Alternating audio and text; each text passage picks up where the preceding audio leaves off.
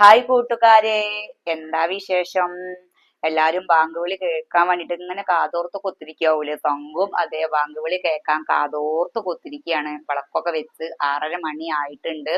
എല്ലാരും വീട്ടിലും ഫുഡൊക്കെ എന്താ ഉണ്ടാക്കിയത്? സംഘു ഒരുപാട് ദിവസമായി നമ്മളെ വീട്ടിൽ നിന്ന് നോമ്പ് തുറന്നിട്ട്, അല്ലെങ്കിൽ ഓരോ പ്രോഗ്രാമുകൾ ഉണ്ടാവും, അല്ലെങ്കിൽ വേറെ എന്തെങ്കിലും ഉണ്ടാവും.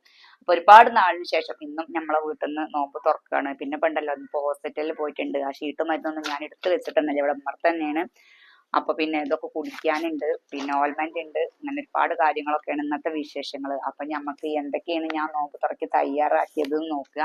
എല്ലാരും പറഞ്ഞു നല്ലപോലെ ഭക്ഷണം കഴിക്കാനേ. ഭക്ഷണം കഴിക്കാനൊന്നും എനിക്ക് കഴിയൂല, നോമ്പ് തുറന്ന നല്ലപോലെ വെള്ളം കുടിക്കണം, അതിനെ കഴിയുള്ളൂ. എല്ലാവരും സ്ഥിതി അങ്ങനെ തന്നെയാണെന്ന് അറിയാം. നമുക്കിതൊന്നും ശീലമില്ലാത്തതുകൊണ്ട് പിന്നെ ഫുഡ് ഒന്നും അധികം കഴിക്കാൻ പറ്റുന്നില്ല. മാക്സിമം ചോറ് കുറയ്ക്കാനും കൂടിയാണ് ഞാൻ ഇങ്ങനെ ഒരു നോമ്പ് എടുക്കണത് കേട്ടോ. പിന്നെ ഇപ്പൊ എന്താ പറയാ, അപ്പൊ നമുക്ക് എന്തൊക്കെയാണ് ഇന്നത്തെ ഫുഡുകൾ എന്ന് കണ്ടാലോ.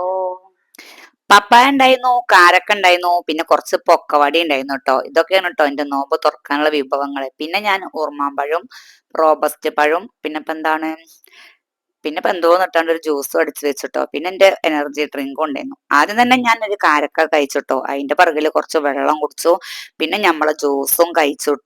പിന്നെ ഇപ്പൊ എന്താ, ഞാൻ പിന്നെ വെള്ളവും കാരക്കയും കഴിച്ചപ്പോൾക്ക് തന്നെ ഞമ്മളെ വയറ് പൊട്ടാനായിന് കേട്ടോ. പിന്നെ ഞാൻ കക്കേരിയും ഊർമാമ്പഴവും പഴം ഇട്ടെടുത്ത് ജ്യൂസ് എന്ന് കേട്ടോ.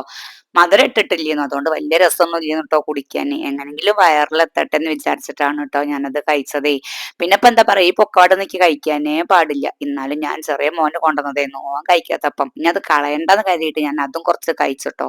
പിന്നെ നമ്മളെ പപ്പായ, അതെനിക്ക് ഭയങ്കര ഇഷ്ടമാണ് കേട്ടോ. പപ്പായനോടുള്ള ഇഷ്ടം കൊണ്ട് വാങ്ങിയതാണ്. അപ്പൊ നോക്കുമ്പോ മധുരം എന്ന് പറഞ്ഞ സാധനം ആ പപ്പായക്ക് ഉണ്ടായിട്ടില്ല കേട്ടോ. പപ്പായ ഞാൻ എവിടെ കണ്ടാലും വാങ്ങും, എനിക്ക് ഒത്തിരി ഇഷ്ടമാണ് കേട്ടോ പപ്പായ. അപ്പൊ ഇത്രയൊക്കെ തന്നെയാണ് കേട്ടോ നിന്റെ നോമ്പ് വിഭവങ്ങളെ. പിന്നെ ഇപ്പൊ എന്താ ഞാൻ കഴിച്ചത്, പൂളേന്നു കേട്ടോ. പൂളയും നല്ല മാന്തള് മീന് മുളകിട്ടതേന്നു കേട്ടോ. ഫുഡിന് ഞാൻ ചോറൊന്നും കഴിച്ചിട്ടില്ല. പത്തിരിയൊക്കെ ഉണ്ടാക്കണം വിചാരിച്ചിരുന്നു, അതിനൊക്കെ മടിയായിട്ട് ഞാൻ അതൊന്നും ഉണ്ടാക്കിയില്ല കേട്ടോ. പിന്നെ എനിക്ക് ജീരക കഞ്ഞി ഭയങ്കര ഇഷ്ടമായിരുന്നു. പണ്ടത്തെ കാലത്ത് അപ്പുറത്തെ വീട്ടിലെ ചെറിയമ്മൊക്കെ ഉണ്ടാക്കും. അപ്പൊ അമ്മേനെ വിളിക്കും, അവിടുത്തെ വല്ല നോമ്പ് തുറ കഴിഞ്ഞാല് അമ്മേനെ വിളിക്കും. ജീരക കഞ്ഞിയും പത്തിരിയൊക്കെ ബാക്കിയുണ്ട് ഇങ്ങോട്ട് വാന്ന് പറയും. അപ്പൊ അമ്മ അത് കൊണ്ടുവരുന്നത് വരെ ഞാൻ കാത്തു കുത്തിരിക്കട്ടെ, ഒന്നും കഴിക്കാതെ. അപ്പൊ ആ ജീരക കഞ്ഞിയിലേക്ക് എന്നിട്ട് തിരിഞ്ഞു നോട്ടം നോക്കണം എന്നൊക്കെ ഞാൻ വിചാരിച്ചിരുന്നു കേട്ടോ. പക്ഷെ നോമ്പിന്റെ ക്ഷീണവും നമ്മളെ അസുഖത്തിന്റെ ഒരു ബുദ്ധിമുട്ടും കാരണം അതൊന്നും ഉണ്ടാക്കാൻ കഴിഞ്ഞില്ല കേട്ടോ. പിന്നെ ഞാനിതാ അഫ്രഷൻ പറഞ്ഞ ഒരു എനർജി ഡ്രിങ്കും കുടിച്ചു. അപ്പോഴേക്കാൻ എന്റെ വയറ് വീണ്ടും പൊട്ടാനായിട്ടോ. അപ്പൊ അത്ര കയ്യിൽ നിന്ന് റമദാൻ 14 എന്റെ നോമ്പ് തുറട്ടോ. അപ്പൊ നാളത്തെ നോമ്പിന് വരവേൽക്കാൻ വേണ്ടിയിട്ട് ഞാൻ കാത്തുക്കാണ്.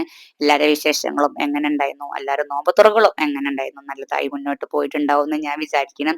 അപ്പൊ എന്തായാലും നമ്മൾ ആഗ്രഹങ്ങളും സ്വപ്നങ്ങളും ഈ റമദാനിൽ പൂവണിയട്ടെ എന്ന് ഞാൻ പ്രാർത്ഥിക്കുകയാണ്. അപ്പൊ സംഘുവിന്റെ പേജ് ഇഷ്ടപ്പെട്ടാൽ സബ്സ്ക്രൈബ് ചെയ്യാനും ബെൽ ബട്ടൺ അമർത്താനും മറക്കരുത് കേട്ടോ. അപ്പൊ ഇഷ്ടപ്പെട്ട കൂടെ അങ്ങോട്ട് കൂട്ടിക്കോളി. അപ്പൊ അടുത്ത വീഡിയോയിൽ കാണും വരെ എല്ലാ കൂട്ടുകാർക്കും ബൈ, സി യു, ടാറ്റാ.